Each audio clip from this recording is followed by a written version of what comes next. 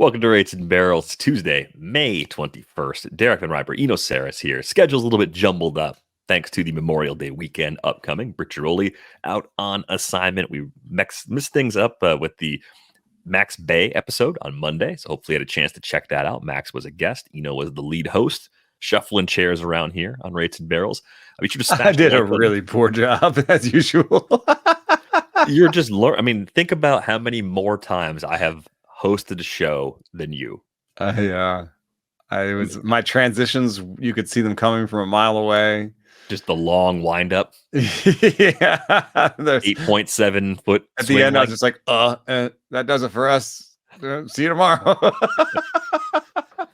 It happens, man. Even after thousands of reps, I still trip over my own feet sometimes. It's just the way it goes. But smash the like button if you're watching us on YouTube. Be sure to subscribe to the channel if you haven't done so already. And if you have not joined the Discord, the link is in the show description. We got some mailbag questions we're going to get to on this episode. We're going to dig into some things that happened from the weekend since we didn't get a chance to talk about them yesterday. And we've got a few news items as we get started.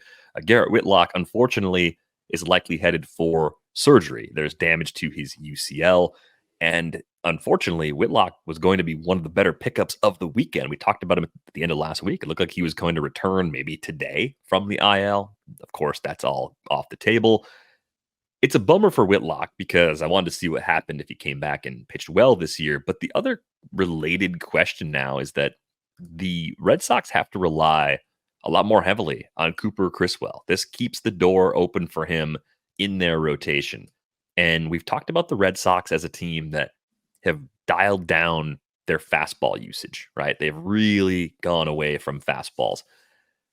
Cooper Criswell in particular is a low velo guy, and that makes him pretty unique. But I think he's actually pretty good despite the limited velocity. And I think he's in the right organization to sort of hide that flaw. And it made me wonder, if you go back and think about how baseball's been played for a long time, where everything revolved around the fastball, if you remove that, you could take a bad fastball pitcher and make him a lot more effective because you're not asking him to throw his worst pitch 40 or 50% of the time, right? Like that's kind of taking the problem and just flipping it upside down and saying, well, we have 2 or 3 other good pitches. Let's use those and just occasionally use a fastball and it will all work out. So I'm curious if you're buying Cooper Criswell as a low velocity guy that a lot of people might be a little skeptical of for that particular reason.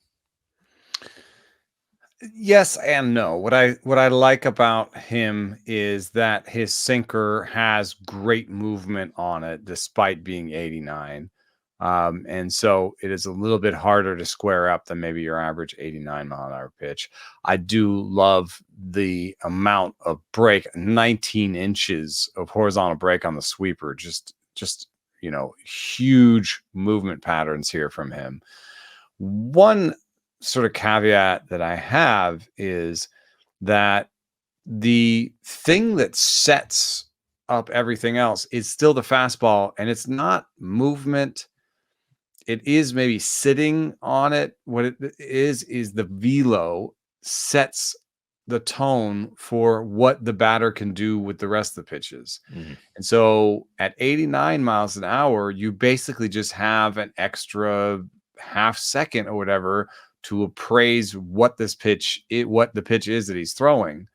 It might be in his benefit then that he doesn't have a wide velo range. He isn't Nick Pivetta with 97 and 82 out there with the curveball or whatever. He's 89, 85, 86, and 77. So I guess in some ways that works for him. I'm basically saying, though, 89 still matters, even if you'd use it less, because that's when the batter has to start his swing. That's when the batter has to start his decision-making process. And so a 474 slugging on the sinker with a 267X slugging, I kind of believe the actual numbers on that a little bit. And a 533 slugging on the sweeper, that's one where I actually think he'll go in the other direction. I don't imagine that, considering he has a decent cutter and a good changeup, he's not throwing it to lefties. I don't know exactly why they've teed off on it, other than perhaps when they start at 89 miles an hour and the sweeper comes in at 77, they just have much more time to figure it out. We know that sweepers still are better with velo. We know that the best sweepers are like Griffin Jackson's 86, 87, 88 mile an hour sweeper, you know?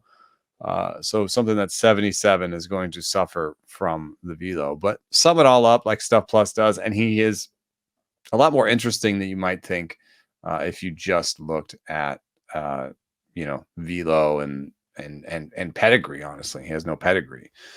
I would be interested in him for like 2 start weeks. I've been probably a little bit more interested in him away from home, but I'm definitely interested in him.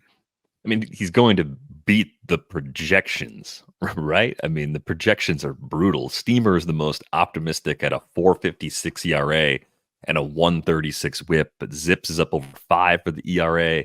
The Bat's at a 4.92. He can run a low 4s, can he? Like a 4.25 or a 4.30 the rest of the way. It's a 2.76 with a 1.09 WHIP so far. I'm not expecting that either. But, we have a projection. Here. I guess our projection is better than most projections. The Stuff Plus projection is for 4.35, right?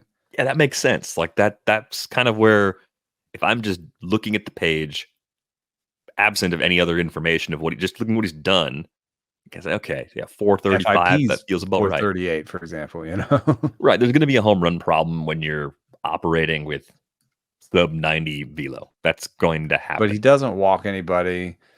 He gets more strikeouts than you expect. His strikeout minus walk rate is above average. I mean, he's credible, and the projections think he's not. So there's a gap there.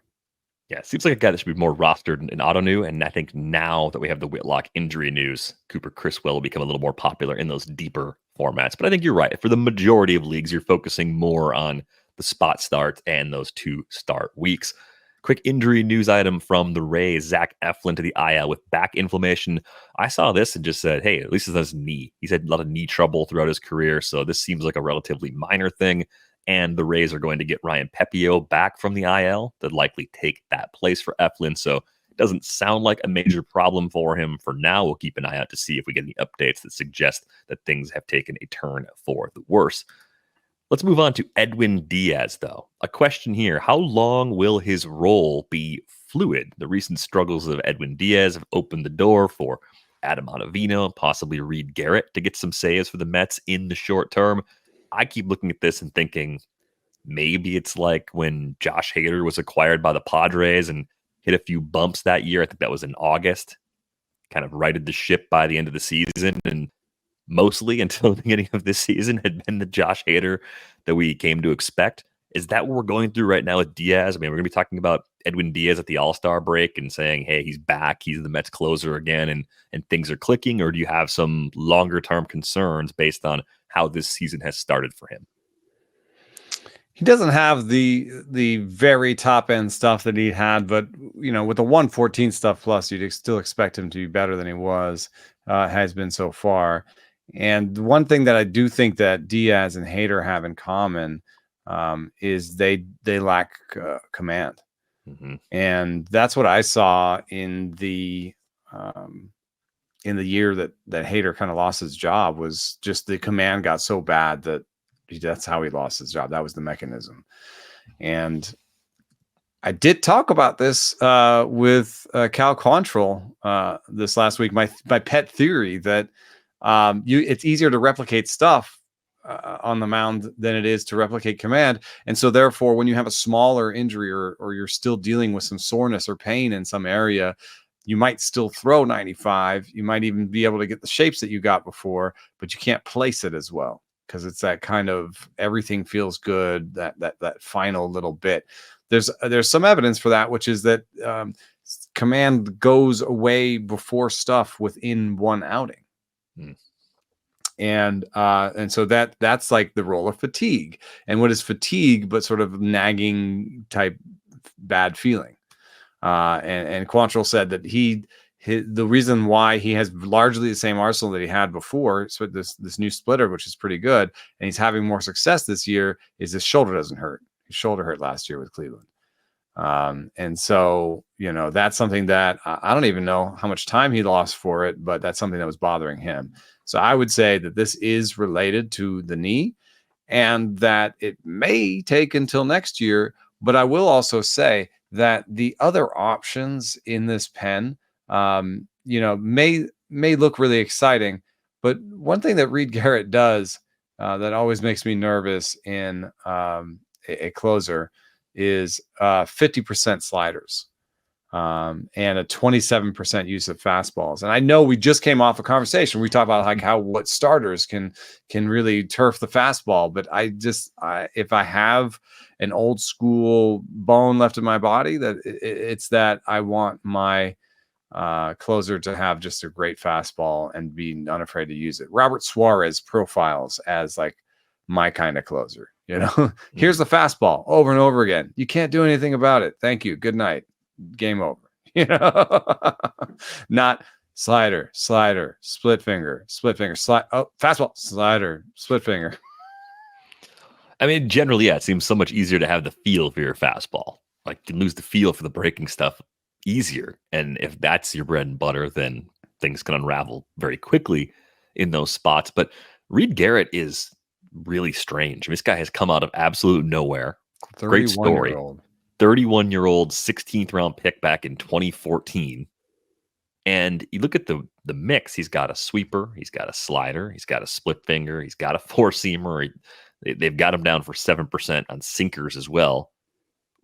What's going like this is the type of arsenal you'd expect to see from a pop-up starter, not from a short reliever. It's a 41% K rate entering play on Tuesday. It does have an 11% walk rate, but when you miss that many bats, you can get away with an 11% walk rate pretty easily. And for the season, still has not allowed a barrel this year. Yeah, it's crazy. And as with any other sort of pop-up reliever, behind a guy, I think that he deserves pickups where you can get him. But I kind of think that Diaz is going to get this job back. I mean, the other factor here is that Edwin Díaz has the long-term deal with the Mets, right? Like you don't pay a guy what they're paying Edwin Díaz to give him a hook from the closer role with 3 guaranteed years on his deal.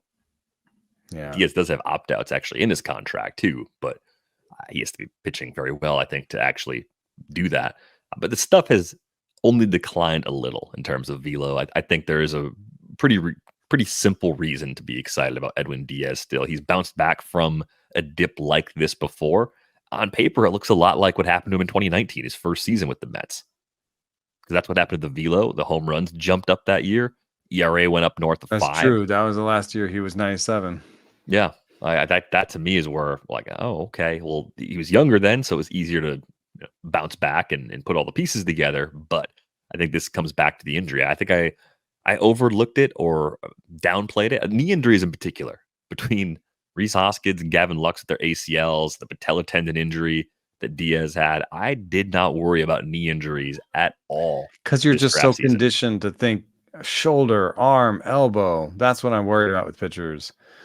But and to me, like I did the same thing with Hoskins. I thought this would be a fully healthy year and he'd be fine. And here he is on the IL again. But the knee is just super important, right? Like the blocking leg is really associated for hitters and pitchers with trunk rotation, with velocity, arm speed, bat speed. The way that you get arm speed and bat speed starts in your legs, and there's a kinetic chain that goes up through your body. And so if there is a weak link down there, you're just not transferring as much energy from your legs to your trunk. And I guess that's what's going on. What if they just IL'd him for a week and just like gave him some rest and said like let's start over and let's, I don't know. I guess they could have done that. Haven't done it so far, but the sort of story that got us here is, 3 homers in 6 outings. there's some rest in there. The 13th, the 16th, and the 18th were not consecutive games in any way. But maybe just a couple, 2-3 days rest could help him, get back some of that juice. Yeah, I'm still pretty optimistic that Diaz becomes a top 5 closer again, at least for a stretch. I mean, not by the end of this year, but I wouldn't be surprised if he's that guy at some point between now and the end of next season.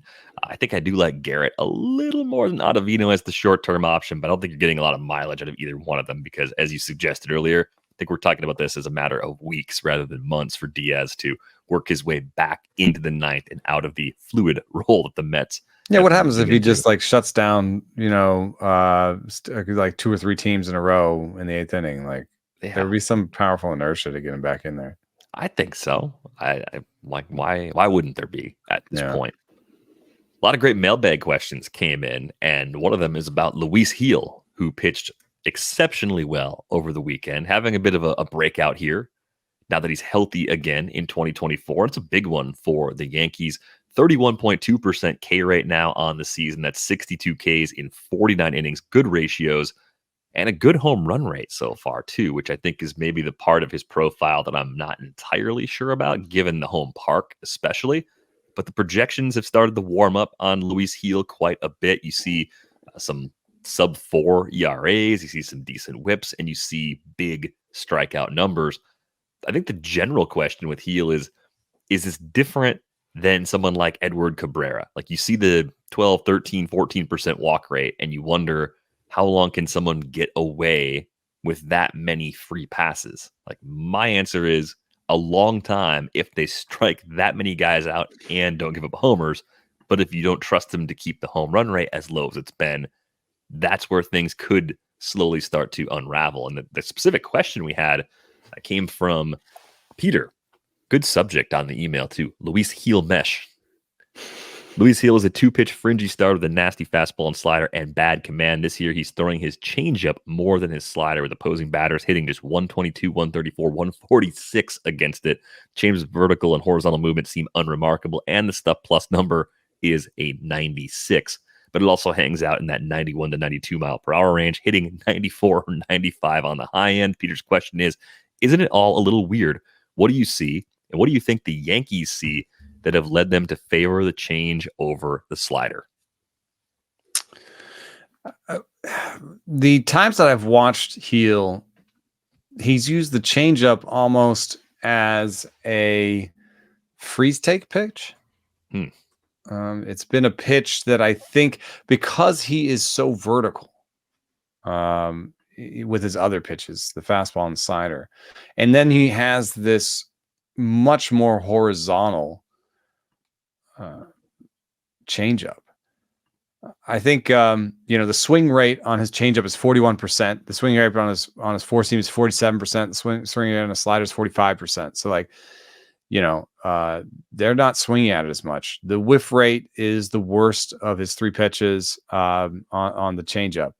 But when he can get it in the strike zone, it's a free strike, and it doesn't look like his 4-seam and fastball and 4-seam and slider. So it's like when Strider was throwing the 3rd pitch. It's like, well, I know you're trying to keyhole me into one of the two, and probably half of you guys are standing up to the plate just being like, I'm just going to swing like it's a fastball every single time, and the other guys are like, I'm just swinging like it's a slider every single time. Well, for both of you, I got this other wrinkle, and I'm going to throw this changeup. The only problem is that he does not have good natural command. He has really bad natural command, I think. But where it's playing right now is very interesting.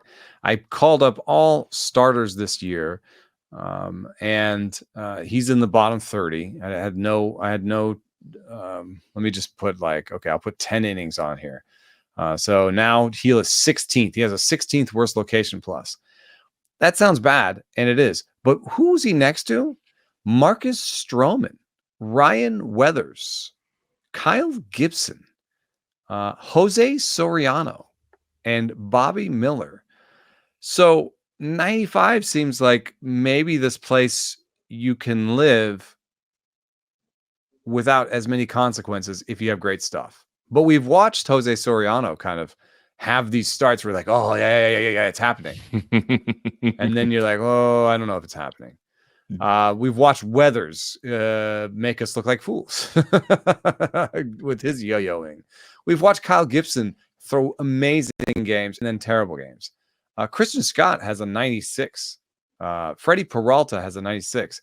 I mean, this is a pretty good measure of command, don't you think? Framber Valdez has a 96. It's like, yeah, okay, this is passing the sniff test.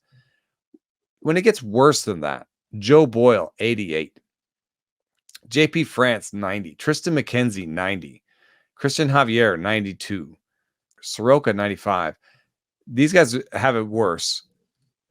And I think it's, Javier's the only one who's currently really outstuffing that problem. But there's a clear sort of jump here where it's like, I think at 95, it's doable. I think it's doable. Edwin Cabrera came and was doing 90s and 93s, 94s. And when he got to 94, I was like, oh, maybe it's doable.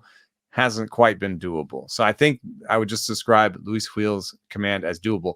What is going to happen, though, is if the command slips at all, then he can't use that changeup. He almost hit a person in the face with that changeup at 91 in the Phillies game I watched.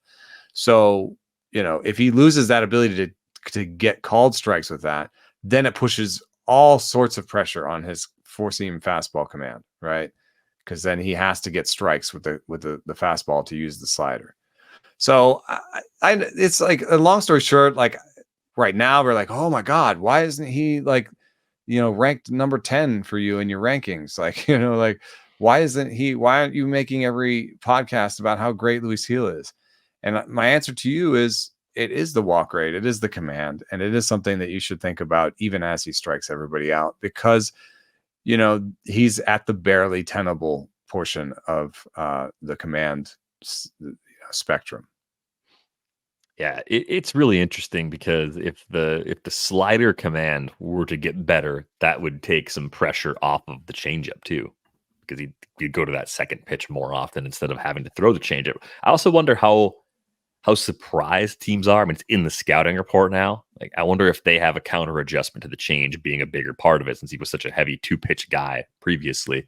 A lot of questions too, just about, how does Luis Gil, among other guys that have been hurt and not pitched a lot of innings in recent years, how does he handle the workload, the wear and tear of the season over the course of the year, right? Things are smooth sailing early on, but what happens come August if he's still pitching well in this rotation? Does the K rate drop? Does the stuff deteriorate? Does the command slip? Then those would be some of the concerns. We've even seen with Jared Jones, and this is something that I'm starting to see sort of patterns in over time, which is young rookie comes up, throws as hard as he can to get everyone's attention, and then sort of settles in as a starter.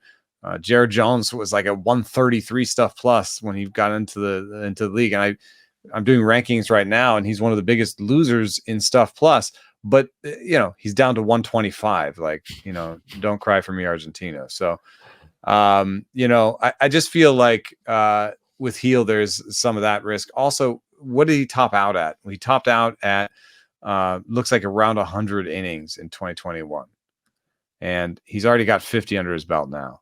I sort of doubt that they'll let him go all the way, especially since they have Will Warren, who might be a credible starter, and at some point they might move Gil into the bullpen. I kind of doubt they'll shut him down altogether, because he would be a great October weapon. Mm-hmm. But I just can't see September rolls around and Luis Gil is just regularly starting games and pitching amazingly.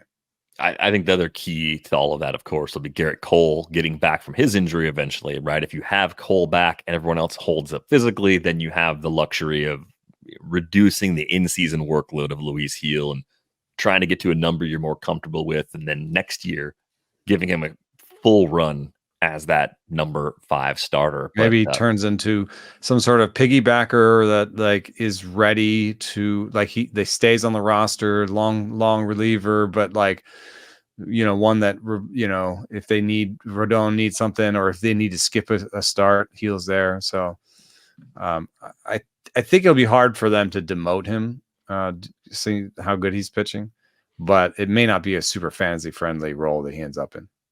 On the other hand, look at how they used Clark Schmidt last year. I mean, they pushed Clark Schmidt up to 159 innings, which was probably, I don't know, I'm going to say 25, 30 more at least than I would have expected, because like Luis Gil, full seasons were something that were hard to come by. And even the high water marks for Schmidt, at least within the Yankees organization, weren't at the level you just mentioned for Luis Gil previously. I don't think he hit 100 actually before. Yeah, I think his 2022 was about 90 and then like 91 and 2/3, if I'm doing the math correctly on the fly. So that's not, that's not great. But Clark Schmidt putting it all together this year as well. Just had a fantastic start against the Twins last time out. 8 scoreless, 8 Ks, his best start of the season. He had a start recently where all of his strikeouts came against lefties. And I think it was maybe the Rays one. I don't know. But that to me is amazing, because that tells you that the cutter has come a really far way. And I saw him throwing a lot of cutters low and in off the plate to get strikeouts, which is not where you'd expect a cutter to be. And maybe it's just a sort of blip where people haven't caught up to the scouting report yet. But it also shows that he's maturing and having command of this cutter in places you wouldn't expect. So he's able to move that around. He's always been looking for kind of a hard pitch he can throw to lefties to offset the curveball. I've thought he should be just cutter curve against lefties, and that is the basis of his approach, but he still sneaks in some high sinkers and some back foot sweepers to kind of keep him honest. But it's kind of like the maturing of a process where he's figuring out what works, what pitches work. Yeah, really nice start to the season, though, for Clark Schmidt. Interesting, would you rather rest of the season, Gil versus Schmidt? You take Gil because he's got a little more big league experience? I'll probably take Gil just because I'm a stuffist. And it's I just close, feel like, though. Huh? It's close, though, even in terms of overall stuff. Yeah, I guess so. Let me see. I've got right now my working ranks, Clark Schmidt with a 388 projection. Why does Luis Gil have a 428 projection? It's that location plus. Mm-hmm. That's amazing. And then Schmidt has a 19.6 K minus BB, and Luis Gil has a 17.6, which is funny because he has that 31% strikeout rate. So you would have expected his K minus BB to be better. But the walk rate's so high that it is not. In fact, Clark Schmidt has the better K minus BB. Those are two things that I did not expect, and they're making me rethink the sort of 10 spot difference in the rankings right now. A lot of times when I'm in the rankings, I'm like, what can you do for me in the next couple of weeks? And it's really hard to balance that with somebody like Bobby Miller. Where do I put him? He's hurt. I will be very excited about him when he's not. And so Luis Gil, with pitching right now seems great. That it's an extended version of the Tyler Glasnow problem. I've seen a lot of people just put Tyler Glasnow number 1, and I can't do it yet. I like, even my write-up, I say pound for pound, yes, but how many pounds are you going to get? Well, that's been the problem, the argument forever with Tyler Glasnow, but I think you know which side of that I fall on. My ongoing argument with Tyler Glasnow, or for Tyler Glasnow, is that his minor league workloads should count. You can't only look at the big league workloads and say he never stays healthy. No, he gets hurt. He gets hurt somewhat often, but he doesn't always get hurt. So don't discount the workloads that he had 5 or 6 years ago as an up and down guy trying to figure it all out, because those seasons were proof of being able to stay healthy. Even though they're further in the rearview mirror, I get it. They're not as valuable. They're there. They should still be mentioned. The key with Glasnow all along, too, has been that on a per inning basis, he's always, in these last 3-4 seasons, kind of flashed this number 1 SP ceiling. It's not like a new set of skills. Like, it's the best ERA projection that we have among starters for sure. Yeah. I'm not at all surprised to hear that. Thanks a lot for that question about Luis Gil, Peter. Got one in our Discord from Peels25. How concerned should we be with Framber Valdez? Yeah, I left him in my top 25, but he's 25th. And just hanging on. The thing that I don't think that everybody gets when they watch him is that Framber is actually a bad command guy. And I don't know, when he added the cutter or the slider thing, I was super excited because the strikeout rate went up. And he does not have the walk rates associated with bad command guys. And because he keeps the ball on the ground, he doesn't have homer rates associated with bad command guys. But we've seen it in the playoffs sometimes. And, like last postseason, he had a 10% walk rate. And his first postseason, 11% walk rate. When he came into the league, he had 15 and 13% walk rates. So I think he's just found places that he can live inside the zone. But what that means is if it's not great natural command, it could pop up from time to time. Like I say, people always oscillate between in certain bands. And if he's like near untenable command, that means he's going to oscillate into untenable command for a couple starts and come back. That's basically my story for Framber so far this year. Is he's just been flirting with the bad command and also kind of not using that slider as much, which tied with the losing time for injury. And then maybe he thinks it's hurting him. I've literally heard people, I've literally asked people this, and I try not to share it because when you start talking about injury, like people are, so I won't put a name on it, but I've literally asked pitchers like, why don't you throw this pitch more? And they'll be like, it hurts. It's possible. I mean, it'd be the best explanation for not using that. And in his case, especially, the K rate's sort of the pivot point for whether or not he's going to make value or not this year, right? I mean, he's got a 19.9% strikeout rate. It's the lowest of his career, if that holds. The control's still good, right? So even if the command's not good, he's not running into that free pass probably had earlier in his career. Yeah. Swinging strikes are still there, right in line with these last several seasons. 65% ground ball rate. The homer rate should come down, really. Yeah, homer rate should tick down slightly. I mean, I think it's going to be good ratios. Maybe missing some of the Ks would be the expectation going forward. And then the other part of his value comes back to, are you kind of warming back up to the Astros as a team that has worked through their early struggles and are going to be good at providing ample run support and bullpen support for starting pitchers to be an above average source of wins? I mean, I think that's the trend they've been on recently. I think they're 7-3 in their last 10. Took 2 or 3 from the Brewers over the weekend. They're starting to look more like the Astros we expected. Right? It was helped by the fact that it was Detroit and Oakland. Hey, you play who the schedule says you play. Mm-hmm. But I think I'm still mostly in on Framber. I think it'd be a pretty low level of concern. Yeah, that missing slider is probably the underlying thing that bothers me the most. Thanks for that question, Peels. Got another one from our Discord. This one's from Holy Predator number 72. I don't want to meet the first 71 Holy Predators. Did Ryan Weathers figure something out? Back to this guy again. People are always asking about him. I mean, he's somewhat fascinating because when he first came up with the Padres, like his fastball had really poor shape, and it seemed like they didn't care. And then he just got destroyed. And since then, he's improved his fastball shape a little bit every year to the point where it's almost average. I'm a little surprised the sinker hasn't taken off, but even that one doesn't have amazing shape.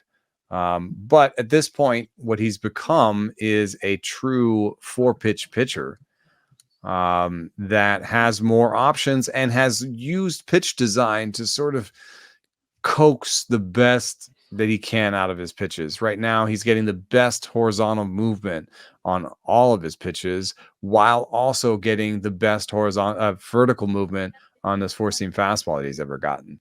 And yet, given all that improvement that he's made, it's still kind of barely good enough. I mean, it's a 99. It's not a 99 stuff plus this location. Yes, a 99 stuff plus fastball, 85 stuff plus sinker, 128 on the slider, 82 on the change, with poor command now, because the other thing he's doing is throwing as hard as he can because he's got 1 foot in the grave, and he knows that this is his best chance. So, throwing 96 on the 4-seam fastball, I think it's a recipe for injury in the long term. The difference between his maximum and his actual right now is less than 2 miles per hour.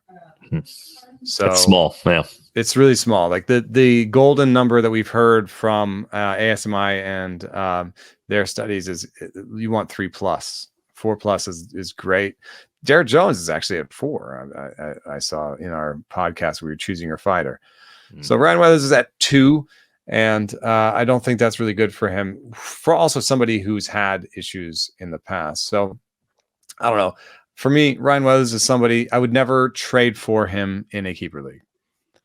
I would use him as was useful for my season in the current league. Much more at home. Nice 2-start. I'd be a little nervous about sending Ryan Weathers into Atlanta or something. Sure, you pick your spots with him. I think he's trending toward being a league average starter, not necessarily for fantasy, but for real life. I mean, he's got enough pitches, enough control, and because of the park, he's just safer than a lot of other guys that are in that same bucket. I do think there's a little bit of what's going on with Framber, where the swing strike rate and the K rate are a little bit misaligned. So maybe we get a few more Ks. You're probably not getting ratios that look like this the rest of the way. That's where I look at the projections, what he's done so far. I hew closer to the projections, but I think he beats his projections the rest of the way. I think he's like another 420, 125 whip sort of guy with an okay strikeout rate. And if you use him correctly and avoid those bad blowups, then you'll be pretty happy. Stuff Plus projections have him with a 4.63, Sierra a 4.20. Somewhere in there is the truth. Yeah, I think Sierra's got it just about right. Thanks for that question, Holy Predator. Sierra's underrated, man. It's it's one of the better kind of ERA estimators that you can just put on your Fangraphs dashboard. It is actually a pretty good stat. And what's interesting about it is it just finds a way to reward ground balls correctly, and it's a pretty good stat. Yeah, and Weathers gets a nice amount of ground balls, 49.4% ground ball rate. He has flashed that ability at various stops throughout his career. More sinkers this year. And you mentioned keeper dynasty, he's still 24 years old. So while that long-term concern about how close he pitches to his max is absolutely there, I do think you'd find a few willing buyers in many cases, people that would trade for him in longer-term leagues. Maybe not as the centerpiece of a deal, but as like a second or third piece if you're playing for the future or they're playing for the future and want to just try and get some arms that could be helpful. Because the way that rotation is broken down, Sixto Sanchez is in it right now.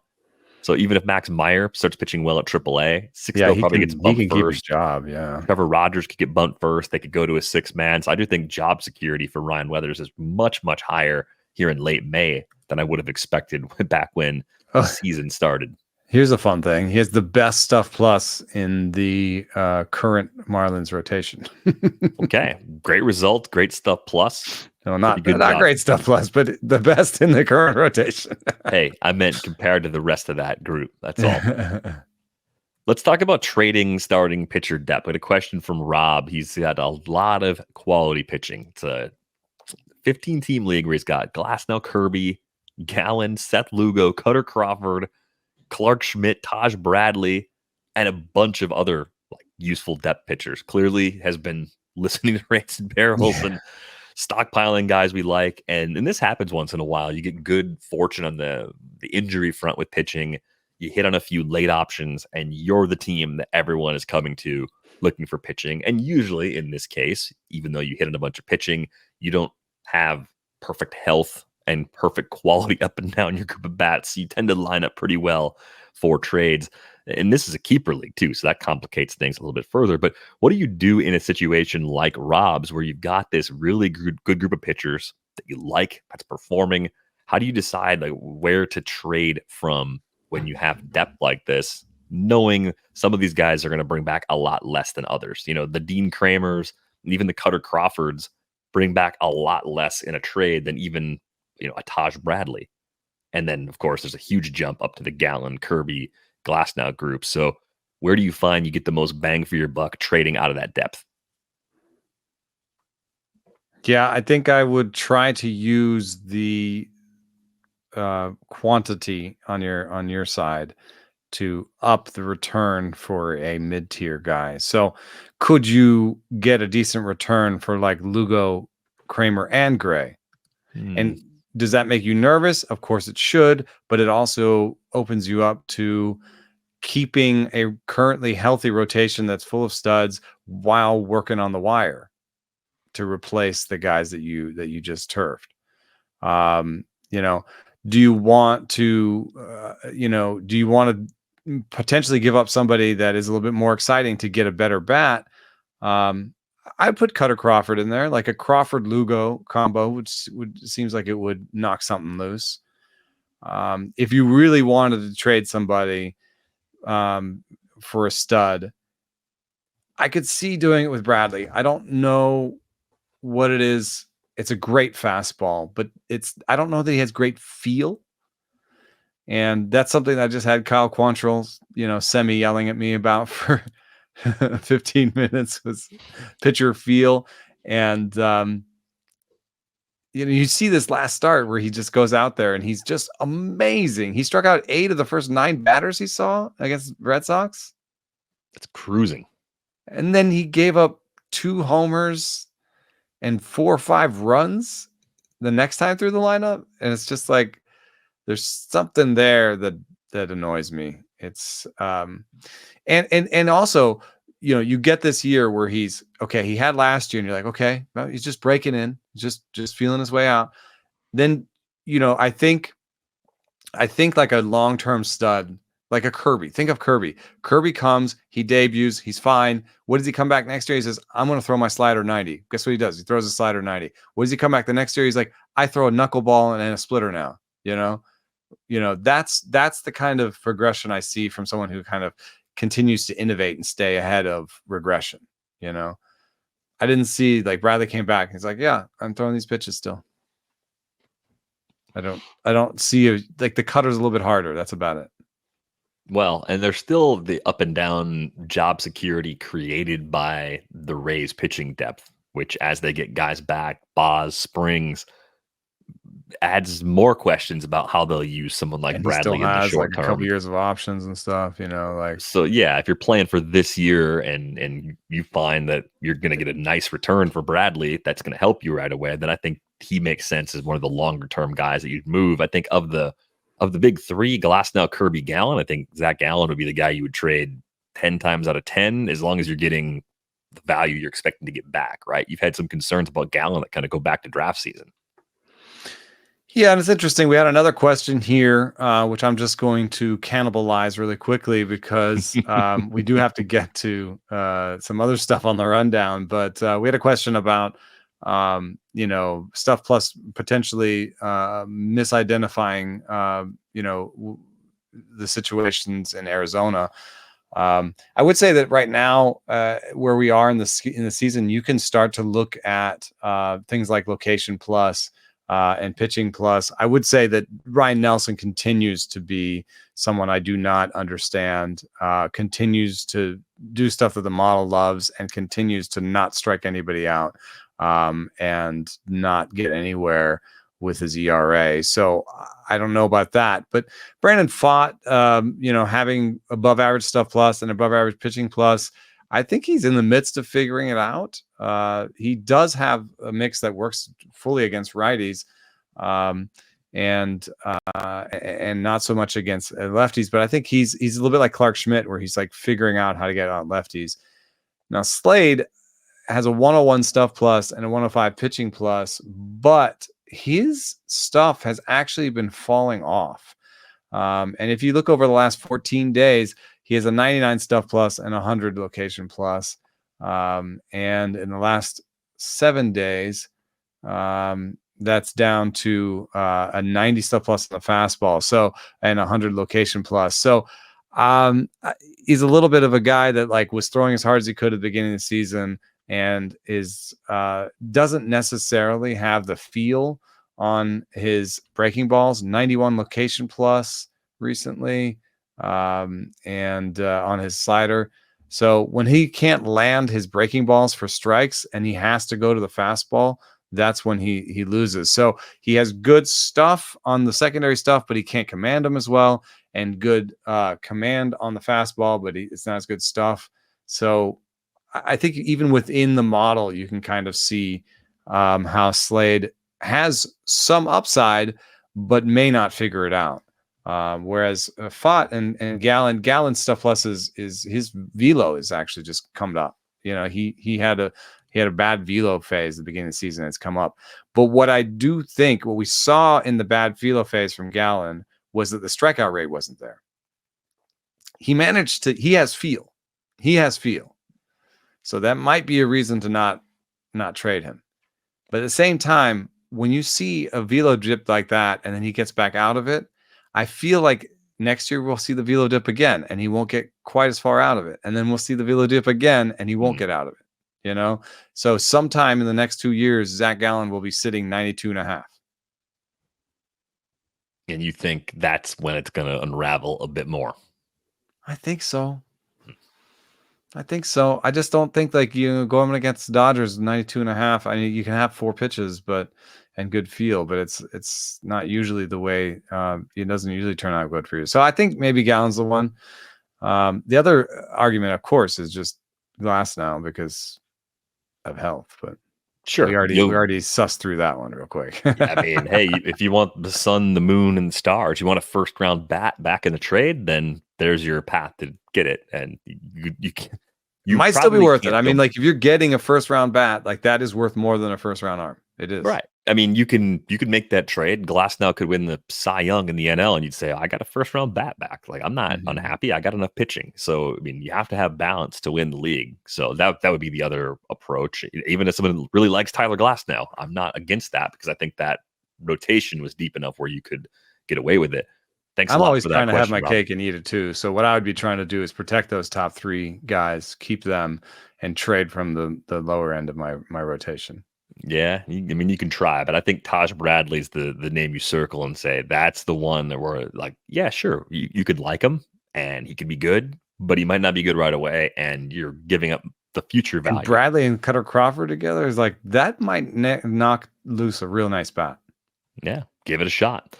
Thanks again for that email, Rob. Let's get to a question here about Daulton Varsho. Are we still optimistic about Daulton Varsho? I'm seeing a player who strikes out less and walks more due to fewer swings and is sacrificing solid contact. It's not really working out. That question comes from Tobias in our Discord. Yeah, I mean, not really working out, but he has 8 homers and 5 stolen bases. He's going to finish the season really close to 30-20. Yeah, it's like it's a 214, 301, 441 line. So yeah, the power's back up to where it was in 21 and 22. So the power has recovered, but the slash line, the first 2 pieces of that slash line are still kind of gross.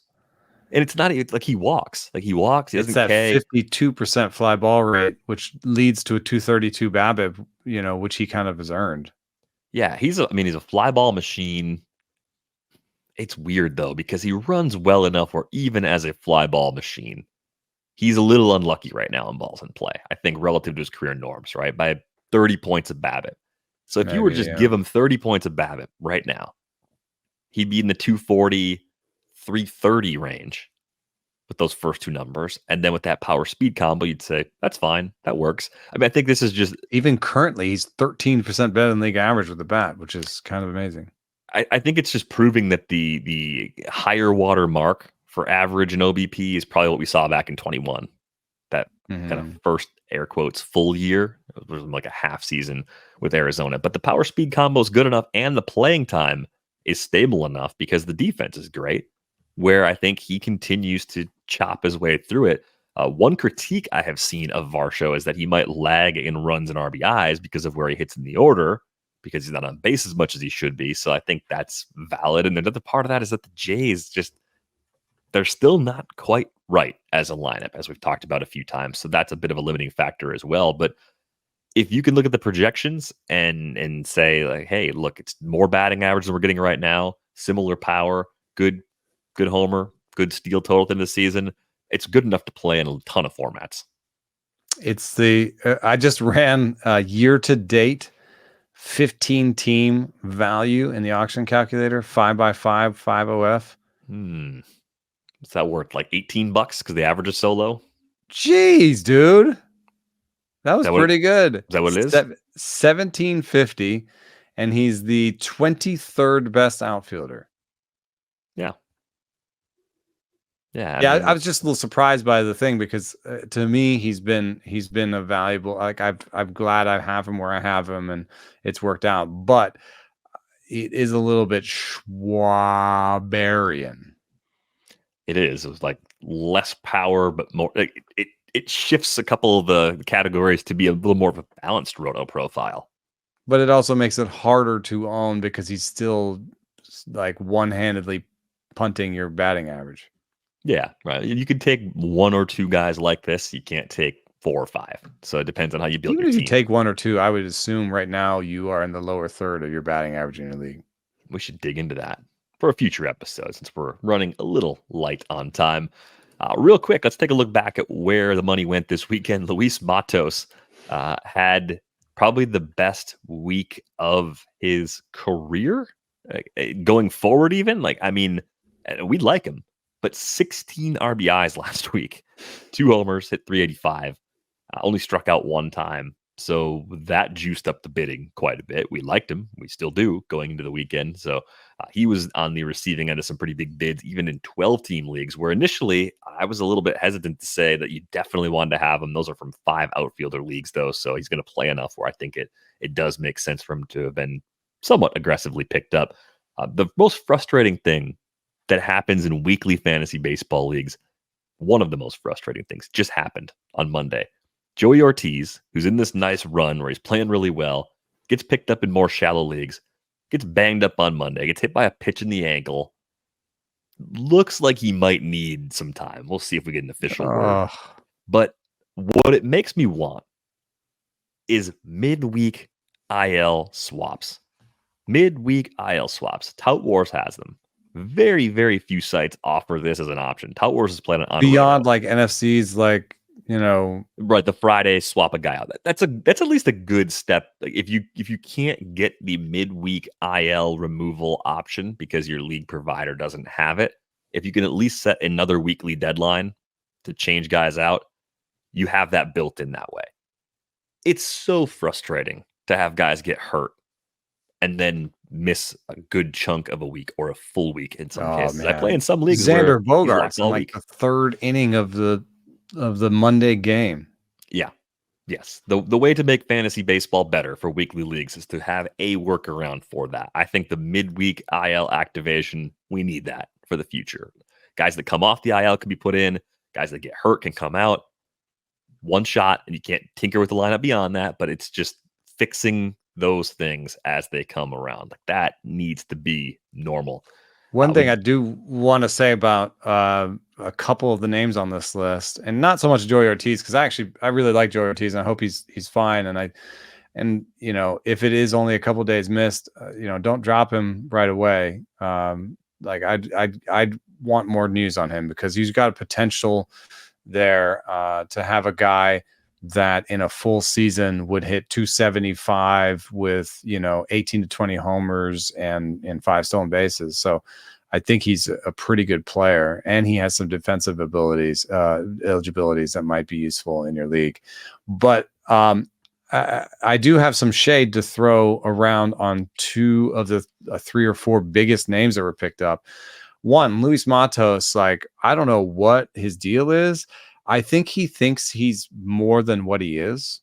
I think if he just embraced who he was and became a guy who hit, 35% grounders, 35% fly balls, 30, like kind of like a lot of line drives, just tried to spray it, and didn't swing for the fences and use the most of his natural contact abilities, he would be a pretty decent player. But he's trying to hit 48% fly balls right now. And he's done this before in his career where I think he thinks he's a power hitter. And I just don't know that he is a power hitter because a 108, 109 exit velocity does not speak to that. And a career 3% barrel rate in the big leagues does not speak to that. So that's weird. Then people think of him as, oh, he's a center fielder. He's speedy, but he has basically average sprint speed. He's not a very good center fielder.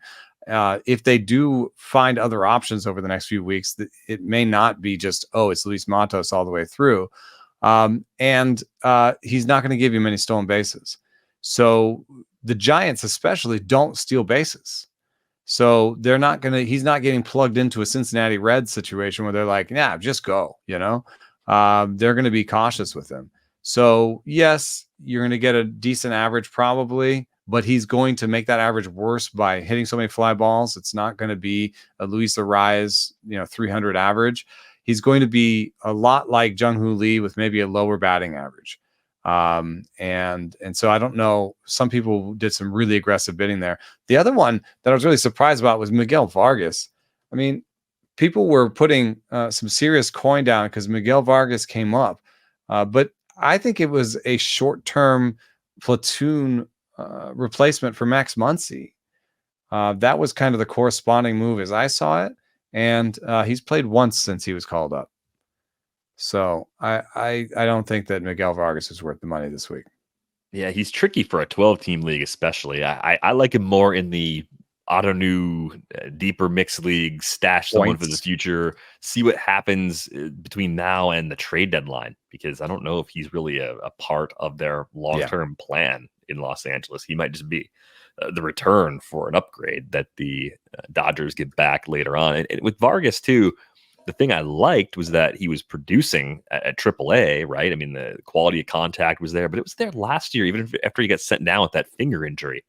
Nothing on paper looked different doing a season ago at the same level. And now he's more age appropriate for AAA. I mean, previously he was kind of cruising through the minors, a little young for the level before he got up. And I know he wasn't healthy when he got that opportunity with the Dodgers last year, but they're clearly going to need to get an upgrade into their outfield rotation. They need one more piece. He's another guy.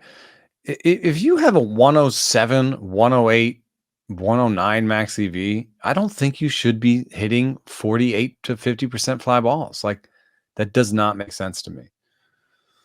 I don't know why the Dodgers would let him do that. Yeah, maybe he should spray it around a little bit more and try to be, an all fields guy just based on limitations of that raw. So yeah, that was kind of surprising. I mean, Alec Burleson, do you believe in the bat enough for him to be impactful in a 12-team league? I was just surprised other people were as interested in him because he wasn't really on my radar, even though he's been productive on a per plate appearance basis now. Yeah, I mean, the batting average on balls in play is a little aggressive, 333, 274 for him for his career. But here's an example of someone I do think is kind of being himself in that his raw, power is average at best. He's 107, 109, 110 in the 3 years he's been in the big leagues. And his barrel rate is, 6% for his career. But what he does do is he makes contact. He has a pretty good line drive rate. I think that he is a guy who can hit 275 with 15 homers and very few steals. It's interesting that would be a 12-teamer. This to me has been a guy that has been on my main team and also dropped off of my main team, I think. We've owned Burleson and been happy with him, and we've treated him a little bit more like a streamer bat than an acquire in a 15-team league.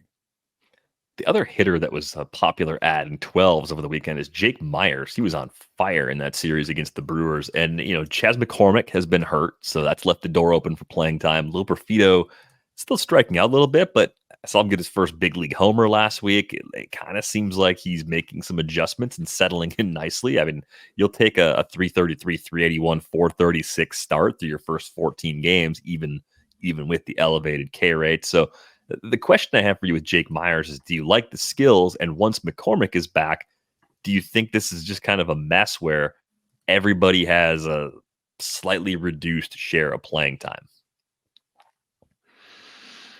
I mean, the one who's been struggling is Chas McCormick, but he's also the established one compared to Myers and Loperfido. I could see Loperfido actually going back down. It's possible because one of the other spots he can play is first base, and they seem to like what they're getting from John Singleton there.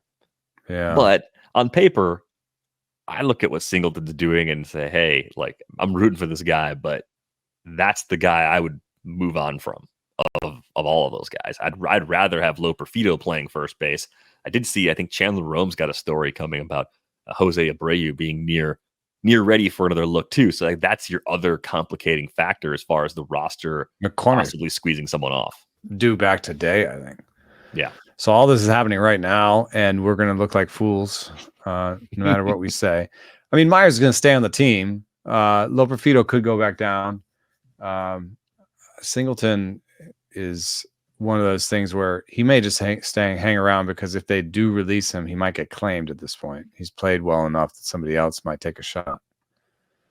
And the only way to get him off the roster is to release him, because he has no more options. So they may just go with Singleton, Abreu, and tell Loperfido, hey, you may be back in a couple of weeks. You did a great job. Thanks, kid. But the way the roster works right now, we can't have 3 first basemen, basically. Yeah. Well, they've been playing him in the outfield, though, at least. So that bodes well for the flexibility. But I think I'm a little nervous about Chas McCormick with everybody else coming back and with Myers playing well. I've been waiting on McCormick in a couple of leagues through the IL stint, and now I feel it sucks too that he's like a sure. right-hander, and like if they decide that he's just a platoon versus lefties, that's a real fall from grace. But I'd hope that, like, they say, let's see what a fully healthy guy can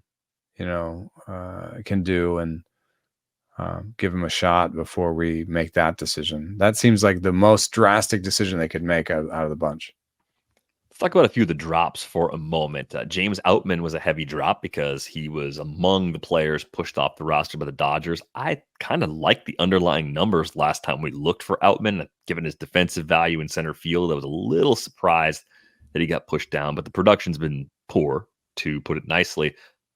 Who of the 3 players that were cut this week in a lot of leagues that are healthy, James Outman, Brett Baty, and MJ Melendez, who do you like most longer term as you're trying to figure out where you might find some undervalued long-term bats? I mean, Melendez kind of looks like more of the same, where if you're in a 15-team league, maybe you're not quite ready to cut him, but if you're in a 12, I could understand where you did.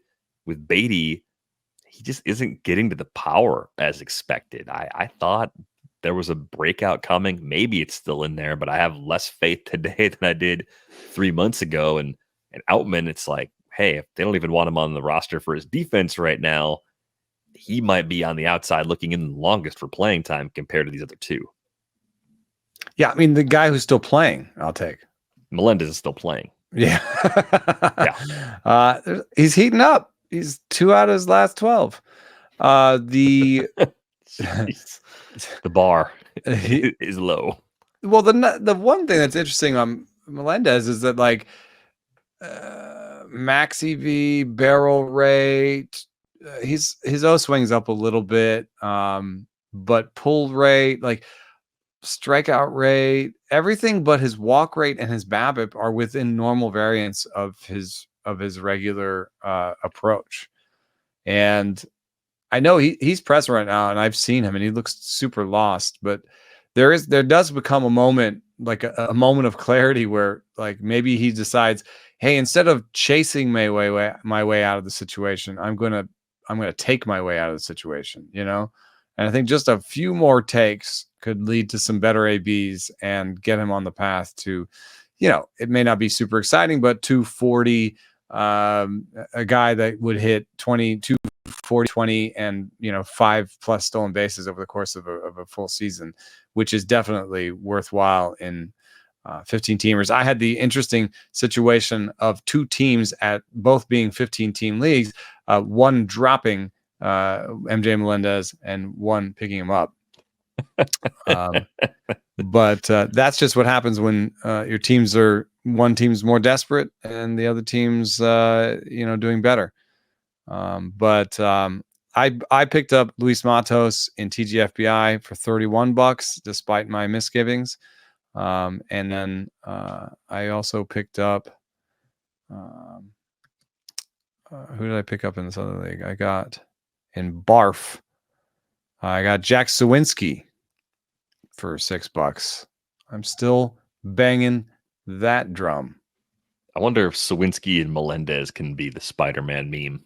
Yeah, Because Melendez has had this approach with quality contact for 2 seasons and 2 months now, and it has not led to that full quality season that it should. It's been really weird and frustrating, and he's still just 25. So I understand why the Royals wouldn't want to give up on him. I don't want to give up on him either.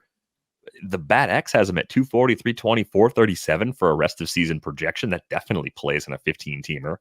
I think you're right. If you're in a my roster's killing it situation, then he could be the worst player on your roster. But in most situations, he's probably good enough to be in the lineup. Of the three, I might like Baty the best in keeper leagues if you're looking for a stash or a flyer or maybe a throw in. The raw is still there, and there are other players that hit the ball that hard and hit the ball on the ground and have success. Like, it's a little weird that he hits the ball that hard at times, and he has a 50% ground ball rate, and his BABIP has been under 300. Most of the guys who hit the ball that hard and hit it on the ground have good BABIPs. And it's not like he's a statue, but he's not super fast either. I just assume that like there's a pathway forward for him where he continues to try and lift the ball and it doesn't work, or he just embraces who he is. This is the theme of the podcast today.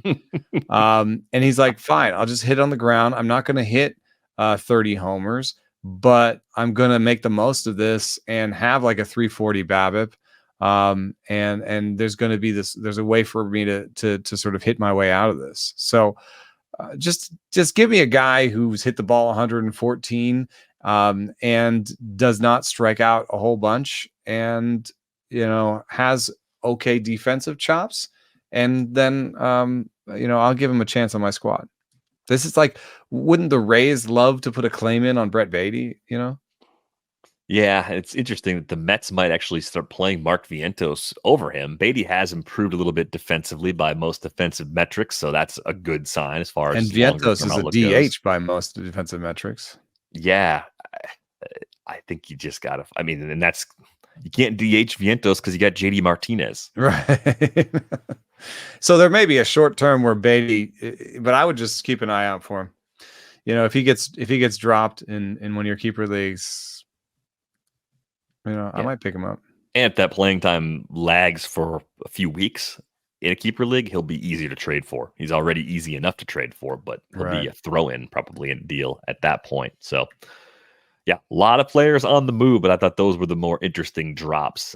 Outman, I think you just have to wait till he comes back at this point before you throw that dart again to see if he can make it work. I mean, what he did last season was really solid, right? 23 homers, 16 steals, and just 567 plate appearances. We knew the flaw was there with that 31.9% K rate, and that flaw didn't change in the offseason, but the power basically got cut in half. I mean, the barrel rate is nowhere near where it was last season for Outman. So we'll see if he gets another look here.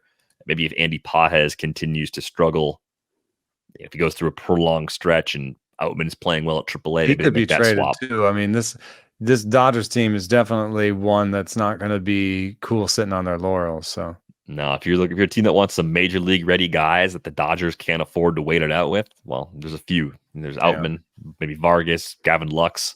Who's the sell? We should do this on a. We should look at what players they could actually. Maybe next Tuesday we'll do that. Start playing early matchmaker for the trade deadline. Sounds like a good time.